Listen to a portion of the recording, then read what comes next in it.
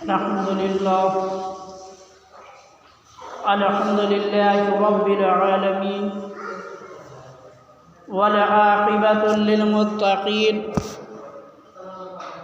والصلاة والسلام على سيد الأنبياء والمرسلين أما بعد فأعوذ بالله من الشيطان الرجيم بسم الله الرحمن الرحيم إنما يعمر مساجد الله صدق الله العظيم والحمد لله رب العالمین۔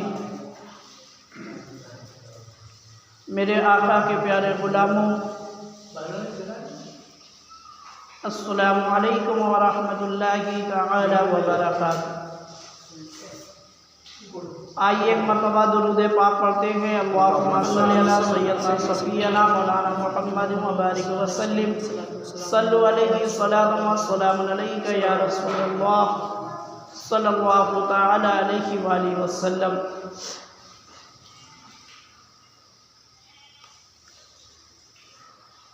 مسجدیں تو بنا لی شب بھر میں ایما کی حرارت والوں نے، مسجدیں بنا لی شب بھر میں ایما کی حرارت والوں نے، من اپنا پرانا پاپی تھا برسوں میں نمازی نہ بن سکا۔ میرے آقا کے پیارے غلاموں، ہم سب کے آقا سرکار دو عالم صلی اللہ تعالی علیہ وآلہ وسلم جب مکہ سے ہجرت کر کے آپ مدینہ منورہ تشریف لے گئے تو آپ نے سب سے پہلا جو کام کیا ہے وہ مسجد کی تعمیر کی ہے۔ آپ نے پہلے مسجد قباء کی بنیاد رکھی، پھر اس کے بعد مسجد نبوی تعمیر میں آئی۔ ابھی جو ہے میرے آقا نے اپنے رہنے کے لیے کوئی حجرہ نہیں بنایا تھا، اس سے پہلے ہی مسجد کی بنیاد آپ نے رکھی۔ اور صرف میرے آقا نے بنیاد ہی نہیں رکھی بلکہ میرے آقا نے صحابہ اکرام کے ساتھ مسجد نبوی کے لیے پتھروں کو اٹھا اٹھا کر لا کے رکھا ہے۔ یعنی جس طریقے سے صحابہ اکرام مزدوری کرتے تھے، صحابہ اکرام دور دور سے پتھروں کو لاتے تھے، اسی طریقے سے میرے آقا بھی پتھروں کو دور دور سے اٹھا کر لا کر مسجد نبوی کی تعمیر کرتے تھے۔ تو میرے مسلمان بھائیوں، اس سے یہ چیز واضح ہوتی ہے کہ اسلام کے اندر مسجد کی کتنی ضرورت ہے۔ اس سے یہ چیز واضح ہوتی ہے کہ اسلام کے اندر مسجد کی کتنی ضرورت ہے، اور جہاں پر جس بستی میں مسلمان رہتے ہیں اس بستی میں مسجد کا ہونا کتنا ضروری ہے۔ جس بستی میں، جس علاقے میں مسلمان رہتے ہیں وہاں کم سے کم ایک مسجد کا ہونا تو ضروری ہی ہے، کیونکہ یہ مسجد جو ہے ایک ایسا گھر ہے کہ جس کے اندر مسلمان جمع ہو کر اللہ کی عبادت کرتے ہیں۔ اور میرے آقا سرکار دو عالم صلی اللہ تعالی علیہ وآلہ وسلم نے حدیث پاک کے اندر مسجد کے بارے میں فرمایا کہ مسجد اللہ کا گھر ہے، مسجد اللہ کا گھر ہے، میرے آقا نے خود فرمایا۔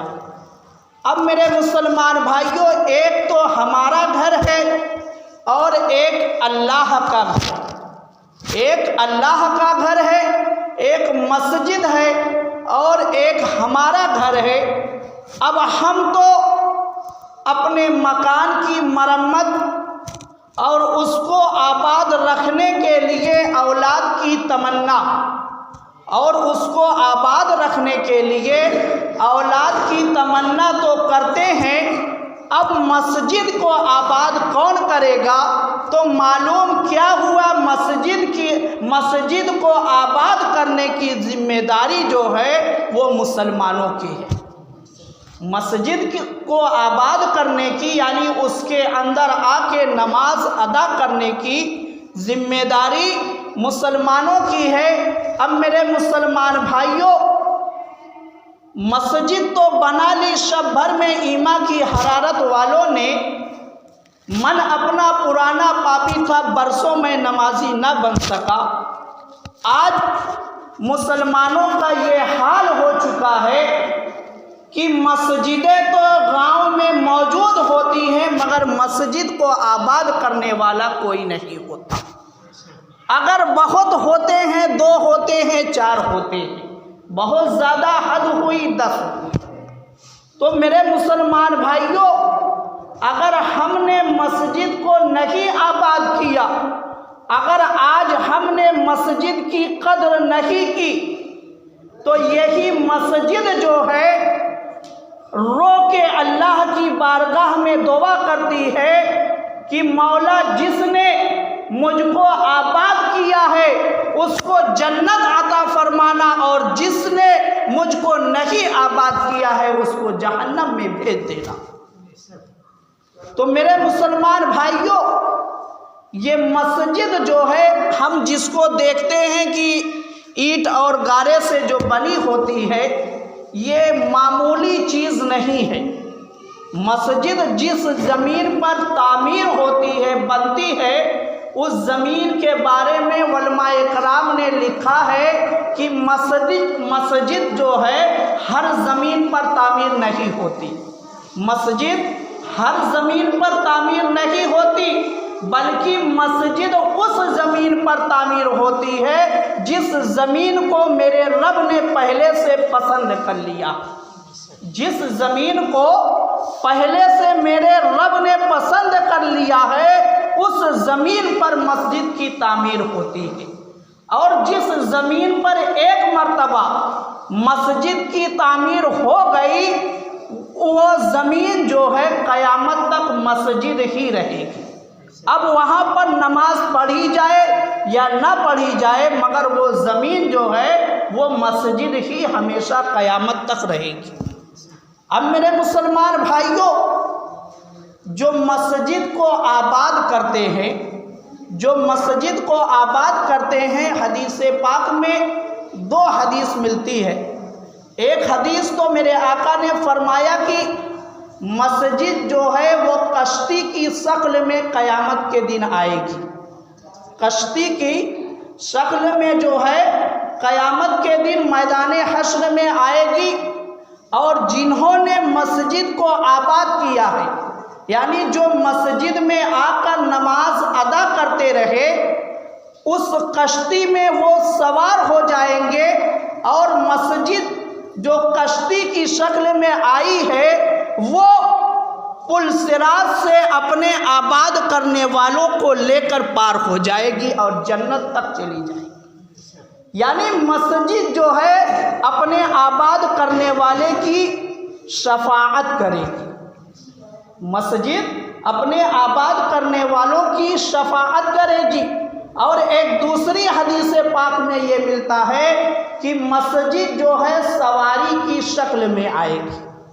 مسجد سواری کی شکل میں آئے گی، اور اس کی جو رسی ہوگی، نکیل ہوگی، اس کو امام پکڑا ہوگا، اور پیچھے جو ہے مؤذن ہوگا جو اس سواری کو ہانک رہا ہوگا، اور اس سواری پر مسجد کو آباد کرنے والے سوار رہیں گے۔ یعنی آگے آگے امام اس سواری کو لے کر چلے گا، اور پیچھے سے مؤذن اس کو ہانکے گا، اور نماز ادا کرنے والے جو نمازی ہوں گے مسجد میں، وہ اس سواری پر سوار ہوں گے، اور یہ سواری جو ہے اپنے کو آباد کرنے والے یعنی جو مسجد کو آباد کرتے ہیں ان کو لے کر دھیرے دھیرے پل صراط سے پار کر کے جنت تک چلی جائے۔ اب میرے مسلمان بھائیوں، جو مسجد کے آس پاس میں رہتے ہیں ان کی سب سے بڑی ذمہ داری بنتی ہے، ان کی سب سے پہلی یہ ذمہ داری بنتی ہے کہ وہ مسجد کو آباد کرے، وہ مسجد کے اندر آ کے نماز کو ادا کرے، وہ مسجد کے اندر آ کے نماز کو ادا کرے۔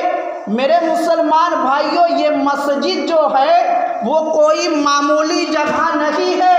آپ اس کے اندر کوڑے جو نکلتے ہیں اس سے آپ سمجھ لیں کہ مسجد کا مقام کتنا بلند ہے۔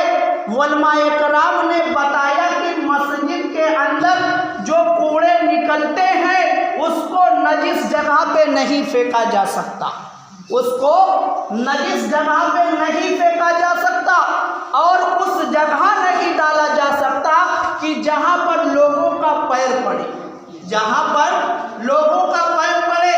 اور یہاں تک کہ علماء کرام نے لکھا کہ جس کے گھر میں برکت نہیں ہوتی، جس کے گھر میں اللہ کی رحمت کا نزول نہیں ہوتا، وہ مسجد سے کوڑے کو لے جا کے کسی اچھے مقام پر اپنے گھر کے اندر رکھ دے، اللہ کی رحمت کا نزول اس کے گھر میں ہونے لگے، اس کے گھر میں اللہ کی رحمتیں برسنے لگے گی۔ مگر شرط یہ ہے، یہ فائدہ اس انسان کو دے گا جو مسجد کو آباد کرتا ہے، جو مسجد کو آباد کرتا ہے۔ تو میرے مسلمان بھائیوں، آپ مسجد کے اندر آ کے نماز کو ادا کرنے کی کوشش کریں۔ اگر آپ مسجد کے اندر آئیں گے نماز پڑھنے کے لیے، جیسے کہ آپ اپنے گھر سے نماز ادا کرنے کے لیے نکلیں گے، آپ کو ہر قدم پر نیکی ملے گی، آپ کو ہر قدم پر نیکی ملے گی۔ اور جب آپ مسجد کے اندر آ جائیں گے اور جب آپ جماعت سے نماز ادا کریں گے تو اور ہی زیادہ آپ کو ثواب ملے گا۔ بلکہ حدیث پاک میں یہاں تک ملا ہے کہ ایک نماز جو جماعت سے ادا کی جاتی ہے اس پر 70 نمازوں کا ثواب ملتا ہے، اس پر 70 نمازوں کا ثواب ملتا ہے۔ تو میرے مسلمان بھائیوں، آپ اپنی مسجد کو ضرور آباد کریں، آپ اپنی مسجد کو ضرور آباد کریں، اور کوشش یہ کریں کہ مسجد کے اندر آ کے نماز ادا کریں وقت کے اندر، یعنی جیسے ہی مسجد سے اذان بلند ہو آپ اپنا رخ جو ہے مسجد کی طرف کر دیں، تاکہ آپ جماعت سے پہلے مسجد کے اندر آ کے وضو کر لیں اور بالکل اطمینان کے ساتھ بیٹھ جائیں۔ اب دیکھو میرے مسلمان بھائیوں، میرے آقا سرکار دو عالم صلی اللہ تعالی علیہ وآلہ وسلم نے ایک مرتبہ کیا دیکھا کہ مسجد کے اندر کسی نے، مسجد نبوی کے اندر کسی نے چراغ جلا دیا ہے، یعنی جو مسجد کے اندر اندھیرا تھا روشنی کا اس نے انتظام کر دیا۔ تو میرے آقا اس چیز کو اتنا زیادہ اس پر مہربان ہوئے، اتنا مہربان ہوئے اور آپ خوش ہوئے کہ میرے آقا نے فرمایا کہ اگر میرے پاس بیٹی ہوتی تو میں اس کا نکاح اس کے ساتھ کر دیتا۔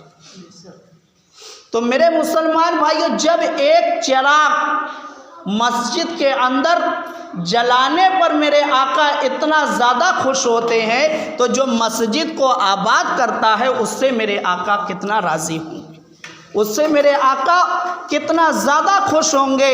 تو میرے مسلمان بھائیوں، آپ نماز کی پابندی ضرور کریں، کیونکہ یہ نماز ہی مومن کا ایسا ہتھیار ہے، نماز ہی مومن کا ایسا ہتھیار ہے جو دنیا میں بھی کامیاب کر دیتا ہے اور آخرت میں بھی کامیاب کرے گا۔ نماز ایسا ہتھیار ہے جو بے حیائی سے بھی تم کو روک دے گا، نماز ایسا ہتھیار ہے جو تم کو بے حیائی کی طرف نہیں جانے دے گا اور تم کو برائی کی طرف نہیں جانے دے گا۔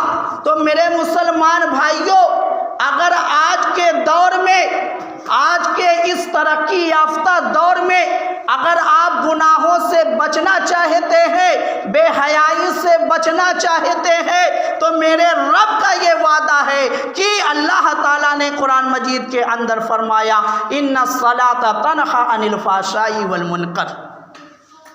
اگر تم بے حیائی اور بری باتوں سے، بری چیزوں سے رکنا چاہتے ہو تو نماز کے دامن کو تھام لو، نماز کے دامن کو تھام لو، اور نماز سے ہی کامیابی ملتی ہے، نماز سے ہی کامیابی ملتی ہے۔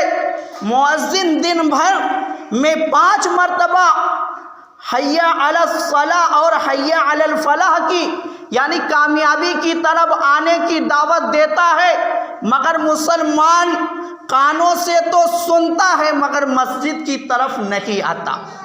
مگر اس کی خواہش کیا ہے کہ میں سب سے بڑا امیر ہو جاؤں، سب سے بڑا آدمی بن جاؤں، میں ہر میدان میں کامیاب ہو جاؤں۔ تو میرے مسلمان بھائیوں، تم کامیاب اسی وقت ہوگے، تم کامیاب اسی وقت ہوگے جب تم نماز کے دامن کو مضبوطی سے تھامو گے، اور مسجد ایسی جگہ ہے جہاں پر کامیابی کا ٹکٹ ملا کرتا ہے، جہاں پر کامیابی کا ٹکٹ ملا کرتا ہے۔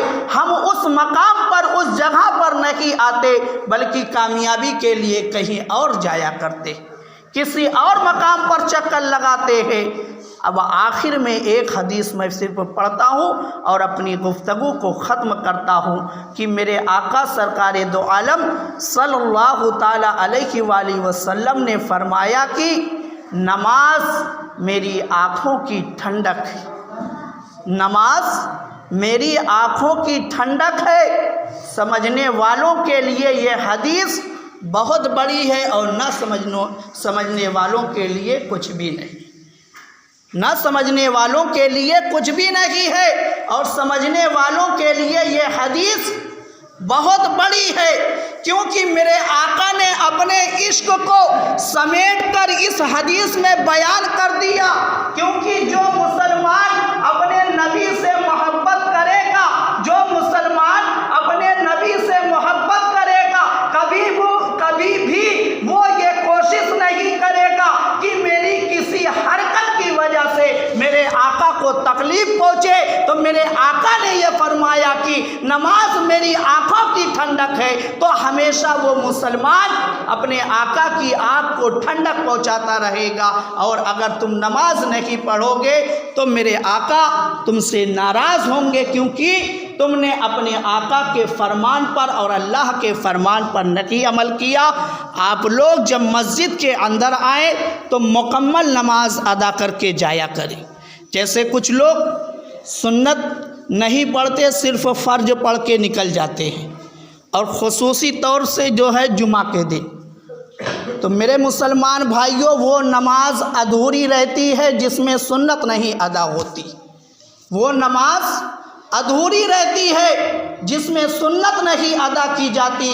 تو اگر آپ ہفتے میں بڑی مشکل سے 1 مرتبہ مسجد میں آئے ہیں تو کم سے کم مکمل نماز پڑھ کے جایا کریں، کم سے کم مکمل نماز پڑھ کے آپ اپنے گھر کو جایا کریں۔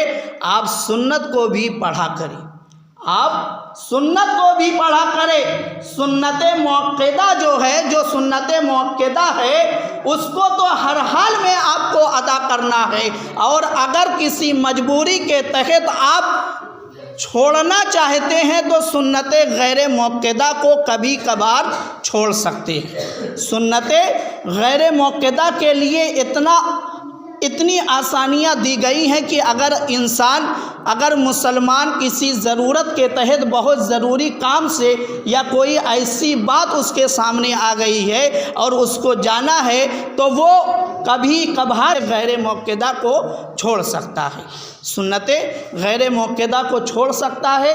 تو آپ لوگ ضرور جو ہے نماز کو مکمل ادا کر کے تب مسجد سے جایا کریں، تاکہ آپ کی نماز بھی سنت کی برکت سے رب کی بارگاہ میں مقبول ہو جائے۔